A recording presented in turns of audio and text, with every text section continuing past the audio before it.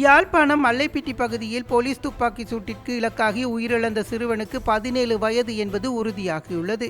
இதேவேளை இன்றைய தினம் சிறுவனின் இறுதி கிரியைகள் நடைபெற்ற போது சம்பவத்துடன் தொடர்புடைய போலீசாரை கைது செய்யுமாறு கோரி போராட்டம் ஒன்று முன்னெடுக்கப்பட்டது.